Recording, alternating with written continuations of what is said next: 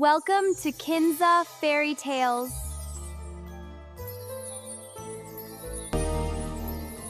अगर आप भी अपने नाम की वीडियो बनवाना चाहते हैं तो कमेंट में अपना नाम लिखना ना भूलें। बड़ा सा आलीशान घर, ऊंची छतें, कीमती झूमर, नर्म कालीन और हर कोने में सुकून और आसाइश का एहसास। ये सिर्फ एक घर नहीं था, ये 5 बहन भाइयों की जन्नत थी। इस घर की सबसे बड़ी पहचान थी ज़ैनब। ज़ैनब ज्यादा पढ़ी लिखी नहीं थी, मगर समझदारी, सब्र और मोहब्बत में वो सबसे आगे थी। माँ के इंतकाल के बाद उसने माँ बनकर सबको संभाला। खुद कभी किसी चीज की ख्वाहिश नहीं की, बस अपने बहन भाइयों की खुशियों में ही अपनी खुशी ढूंढी। घर में नौकर चाकर थे, खाना तैयार मिलता था, कपड़े धुले हुए, हर चीज वक्त पर। ज़ैनब को कभी काम करने की जरूरत ही नहीं पड़ी। आज़ान, सबसे बड़ा भाई, कारोबार संभालता था। सोहेब जज्बाती मगर दिल का साफ, और जुड़वा दुआ और ज़ुहेब दोनों ज़ैनब की जान। सब कुछ कामिल लगता था, मगर ये सुकून ज्यादा देर कायम न रह सका। आज़ान की शादी एक अमीर घराने की लड़की सायरा से हुई। शुरू में सब कुछ ठीक था, मगर वक्त के साथ सायरा की बातों ने आज़ान को बदलना शुरू कर दिया। एक रात सायरा ने नरमी से कहा, आज़ान, तुम ही तो सब कुछ संभालते हो, फिर ये सब कुछ सब में क्यों बांटना? आज़ान ने पहले बात टाल दी, मगर ये अल्फाज उसके जहन में रह गए। दूसरी तरफ ज़ैनब हमेशा की तरह सबके लिए फिक्रमंद थी। वो अक्सर आज़ान के लिए दुआ करती, अल्लाह मेरे भाई को हमेशा कामयाब रखे। उसे क्या खबर थी कि इसी भाई के दिल में लालच जगह बना रहा है। चंद दिन बाद आज़ान कुछ फाइलें लेकर ज़ैनब के पास आया। बाजी, ये कुछ ऑफिस के पेपर्स हैं, बस रस्मी कार्रवाई है, आपके दस्तखत चाहिए। ज़ैनब ने मुस्कुराकर कहा, तुम हो ना आज़ान, मुझे देखने की जरूरत नहीं। उसने बगैर पढ़े दस्तखत कर दिए। वो लम्हा उसकी जिंदगी का सबसे बड़ा धोखा बनने वाला था। 2 दिन बाद सब लोग हॉल में बैठे थे जब आज़ान ने सर्द लहजे में कहा, ये घर अब मेरा है, आप सब लोग कल तक यहाँ से चले जाएं। एक लम्हे के लिए सब कुछ साकित हो गया। भाई, आप क्या कह रहे हैं? सोहेब गुस्से से खड़ा हो गया। दुआ की आंखों में आंसू आ गए। भाई, हमने क्या किया है? ज़ैनब खामोश बैठी थी, जैसे उसकी सांस रुक गई हो। आज़ान, ये मजाक है ना? उसने कांपती आवाज में पूछा। आज़ान ने सीधा जवाब दिया, ये मजाक नहीं है, आप दस्तखत कर चुकी हैं। ज़ैनब के हाथ से कागज गिर गए और उसे सब समझ आ गया। उसके अपने भाई ने उसे धोखा दिया था। उस रात ज़ैनब अपने कमरे में बैठी रो रही थी। भाई होकर ऐसा कैसे कर सकता है? शायद मेरी तरबियत में कोई कमी रह गई थी। दुआ उसके पास आई और उसे गले लगा लिया। नहीं बाजी, आपने तो हमें माँ से बढ़कर मोहब्बत दी है। सुहेब ने भी कहा, आपने अपनी पूरी जिंदगी हमारे लिए कुर्बान कर दी, गलती आपकी नहीं है। ज़ुहेब ने आंसू साफ करते हुए कहा, हम सब आपके साथ हैं बाजी, हमेशा। ज़ैनब ने सबको देखा और अपने आंसू पोंछ लिए। मुझे मजबूत बनना होगा, उसने दिल में कहा। अगले दिन वो सब इस घर से निकल गए। वही घर जहां उन्होंने हंसी बांटी थी, आज खामोशी से छोड़ना पड़ा। अब न वो आसाइश थी, न वो सुकून। एक छोटा सा किराए का घर, तंग कमरे और मुश्किल जिंदगी। सुहेब ने छोटी सी नौकरी शुरू की। ज़ुहेब ने भी काम ढूंढना शुरू किया।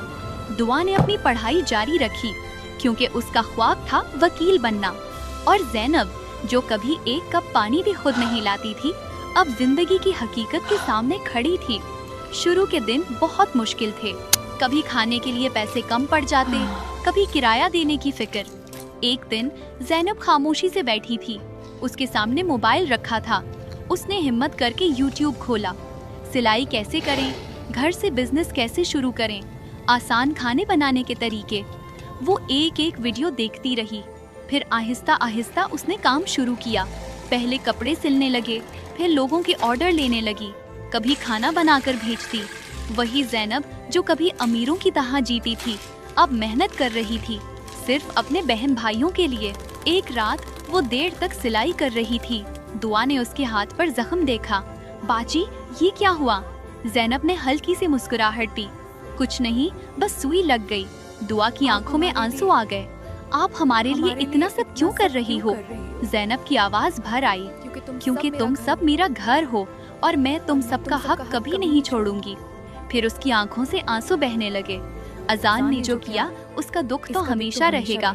वो मेरा भाई है, मैं उससे नफरत नहीं कर सकती। बस यही सोचती हूँ कि कहाँ गलती हो गई। इस रात सब एक साथ बैठे थे। अंधेरा था मगर उनके दिलों में एक रोशनी थी। सुहैब ने कहा, एक दिन सब ठीक हो जाएगा, मैं वादा करता हूँ। दुआ ने मजबूती से कहा, मैं वकील बनूंगी और हमारा हक वापस लाऊंगी। सुहैब ने मुस्कुराकर कहा, और मैं भी आप सबका सहारा बनूंगा। सबकी नजरें ज़ैनब पर थीं। वो खामोश थी मगर उसकी आंखों में अब कमजोरी नहीं, एक अज़्म था। हम हार नहीं मानेंगे, उसने आहिस्ता से कहा। दूसरी तरफ अजान अपनी नई जिंदगी में मसरूफ था, मगर उसे ये नहीं मालूम था कि जिस बहन को उसने कमजोर समझा वही एक दिन उसके सामने खड़ी होगी। और उस दिन फैसला सिर्फ जायदाद का नहीं होगा, इंसाफ का होगा। वक्त गुजर रहा था मगर आसान नहीं था। छोटे से किराए के घर में रहते हुए हर दिन एक नई आजमाइश लेकर आता। ज़ैनब सुबह जल्दी उठती, फजर के बाद खामोशी से बैठकर दुआ करती, या अल्लाह मेरे बहन भाइयों को कभी किसी के सामने झुकने न देना। फिर वो अपने काम में लग जाती। अब उसकी जिंदगी बदल चुकी थी। यूट्यूब उसका उस्ताद बन चुका था। वो घंटों वीडियोस देखती, कभी नए डिजाइन सीखती, कभी कढ़ाई के तरीके, कभी आसान खानों की रेसिपी। फिर उन्हीं चीजों को आजमाकर ऑर्डर पूरे करती। कभी हाथ जल जाते, कभी उंगलियों में सुइयां चुभ जाती, मगर वो रुकती नहीं थी। एक तरफ ज़ैनब की मेहनत जारी थी, दूसरी तरफ दुआ की जिंदगी एक नए मोड़ पर थी। दुआ अब कॉलेज में थी। सादा कपड़े, पुरानी किताबें, मगर आंखों में बड़ा ख्वाब। क्लास में जब उस्ताद सवाल पूछता तो अक्सर अमीर घरों के बच्चे आगे होते, मगर दुआ हमेशा खामोश नहीं रहती थी। एक दिन उस्ताद ने पूछा, अगर किसी के साथ नाइंसाफी हो तो वो क्या करे? सब ने आम से जवाब दिए, मगर दुआ खड़ी हुई और बोली, सर, अगर किसी के साथ नाइंसाफी हो तो उसे इंसाफ हासिल करने के लिए लड़ना चाहिए, चाहे सामने अपना ही क्यों ना हो। पूरा क्लास खामोश हो गया। उस्ताद ने उसे गौर से देखा। तुम वकील बनना चाहती हो? दुआ ने बगैर झिझक के कहा, जी सर, और एक दिन बहुत बड़ी वकील बनूंगी। घर आकर वो सीधा ज़ैनब के पास गई। बाजी, आज सर ने मेरी बहुत तारीफ की। ज़ैनब के चेहरे पर थकन के बावजूद मुस्कुराहट आ गई। मुझे पता है मेरी बहन एक दिन बहुत आगे जाएगी। दुआ ने हिचकिचाते हुए कहा, अगले सेमेस्टर की फीस। ज़ैनब ने फौरन बात काट दी, तुम उसकी फिक्र मत करो, तुम बस पढ़ाई पर ध्यान दो। लेकिन जब दुआ चली गई तो ज़ैनब के चेहरे की मुस्कुराहट धीरे धीरे खत्म हो गई। उसके पास इतने पैसे नहीं थे। इसी रात ज़ैनब ने एक और ऑर्डर कबूल कर लिया। रात के 2 बज रहे थे, सब सो चुके थे, मगर वो अभी भी सिलाई कर रही थी। उसकी आंखें बोझल थीं, हाथ कांप रहे थे, मगर वो खुद से कह रही थी, मुझे दुआ का ख्वाब पूरा करना है। दूसरी तरफ सुहेब, वो दिन भर काम करता, फिर रात को थका हुआ घर आता। एक दिन वो चुपचाप बैठा था। क्या हुआ? सुहेब ने पूछा। सुहेब ने आह भरी, कब तक ऐसे चलेगा? हम कब तक बाजी को यूं तकलीफ में देखेंगे? सुहेब ने मजबूती से कहा, एक दिन सब बदल जाएगा। दुआ बाजी के लिए इंसाफ लेकर आएगी। दुआ की मेहनत भी रंग लाने लगी थी। वो कॉलेज में टॉप करने लगी, असातिज़ा उसकी मिसाल देने लगे। मगर इसके लिए ये सब आसान नहीं था। कभी किताबें खरीदने के पैसे नहीं होते तो वो लाइब्रेरी में घंटों बैठती। कभी फीस की फिक्र, कभी घर की हालत। मगर हर बार जब वो हिम्मत हारने लगती, उसे ज़ैनब का चेहरा याद आता, वो हाथ जिन पर सुइयों के निशान थे, और वो फिर खड़ी हो जाती। एक दिन कॉलेज में एक मुकाबला था, कानूनी दलाइल का। दुआ ने हिस्सा लिया। मौजू था खानदानी जायदाद में धोखाधड़ी। जब दुआ स्टेज पर आई तो उसकी आवाज में एक अजीब सी मजबूती थी। अगर कोई अपने ही खून के साथ धोखा करे तो वो सिर्फ कानून ही नहीं बल्कि इंसानियत का भी मुजरिम होता है। उसके अल्फाज सीधा दिल पर लग रहे थे। पूरा हॉल खामोश था। आखिर में जब उसने कहा, इंसाफ देर से मिले मगर मिलना जरूर चाहिए, तो जोरदार तालियां बजीं।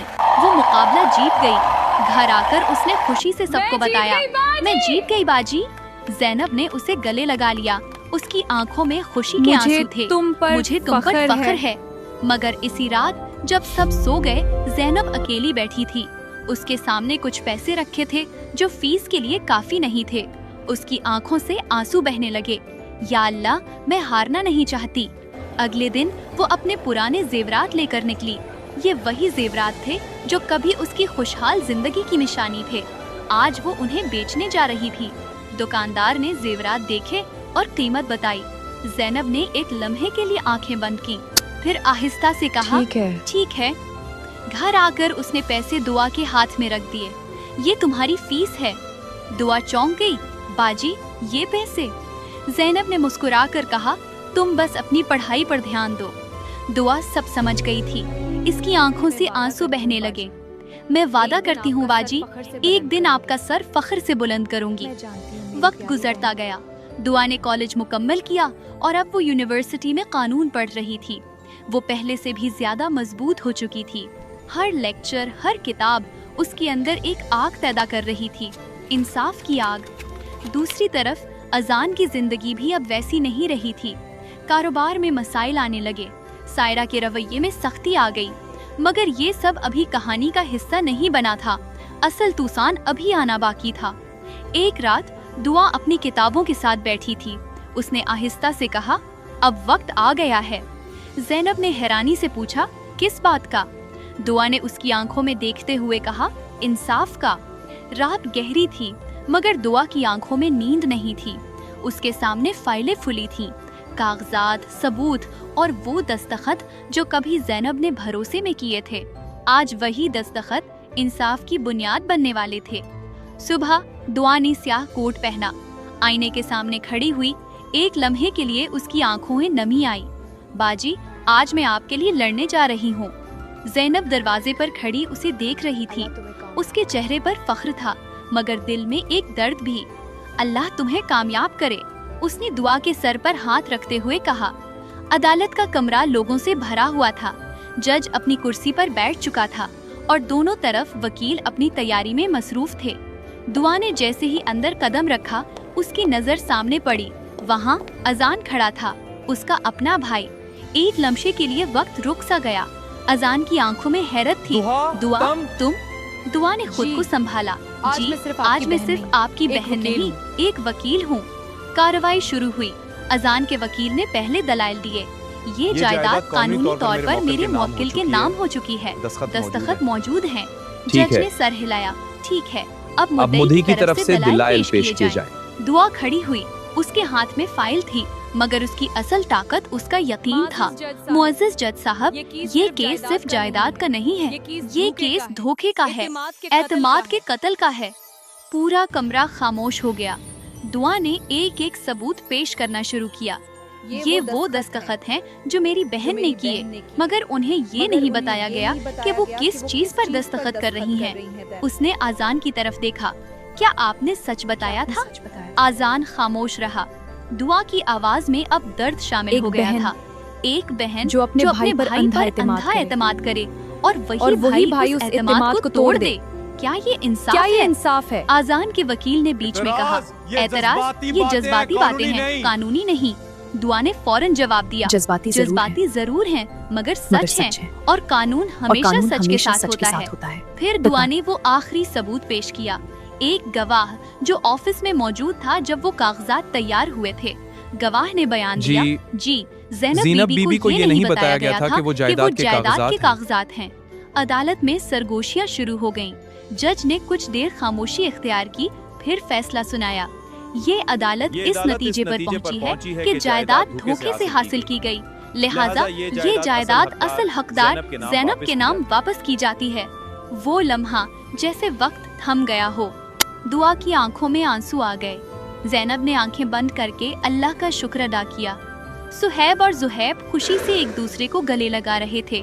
अजान वहीं खड़ा रह गया, खामोश, टूटा हुआ। अदालत के बाहर अजान आहिस्ता आहिस्ता ज़ैनब के पास आया। उसकी आंखों में निदामत थी। बाजी, मुझे माफ कर दें, मैंने बहुत बड़ी गलती की। ज़ैनब ने उसकी तरफ देखा। उसकी आंखों में आंसू थे। मगर उसके चेहरे पर सुकून भी था। अजान, तुमने सिर्फ जायदाद नहीं ली थी, तुमने हमारा एतमाद भी तोड़ा था। अजान के पास कोई जवाब नहीं था। दुआ आगे बढ़ी। आज हमें हमारा हक मिल गया है, अब फैसला हमारा है कि हम क्या करते हैं। कुछ दिन बाद ज़ैनब के नाम जायदाद वापस आ चुकी थी। घर भी, कारोबार भी, सब कुछ वापस मिल गया था। कुछ अरसे बाद ज़ैनब की शादी हो गई, सादगी से मगर खुशी के साथ। इस बार वो सिर्फ बहन नहीं थी, वो एक मजबूत औरत थी। अजान, वो अब भी दूर था। उसने कई बार माफी मांगने की कोशिश की, मगर ज़ैनब ने सिर्फ खामोशी इख्तियार की। दूसरी तरफ दुआ अदालत में एक और केस जीत रही थी। अब वो सिर्फ एक वकील नहीं थी, वो इन सब की आवाज बन चुकी थी जिनके साथ नाइंसाफी हुई थी। और इस कहानी का सबसे बड़ा सबक यही था, रिश्ते खून से नहीं, एतमाद से बनते हैं, और जब एतमाद टूट जाए तो सिर्फ इंसाफ ही उसे खत्म कर सकता है। तो दोस्तों, आपको हमारी ये वीडियो कैसी लगी? अगर वाकई अच्छी लगी हो तो अपने दोस्तों के साथ ज़रूर शेयर करें।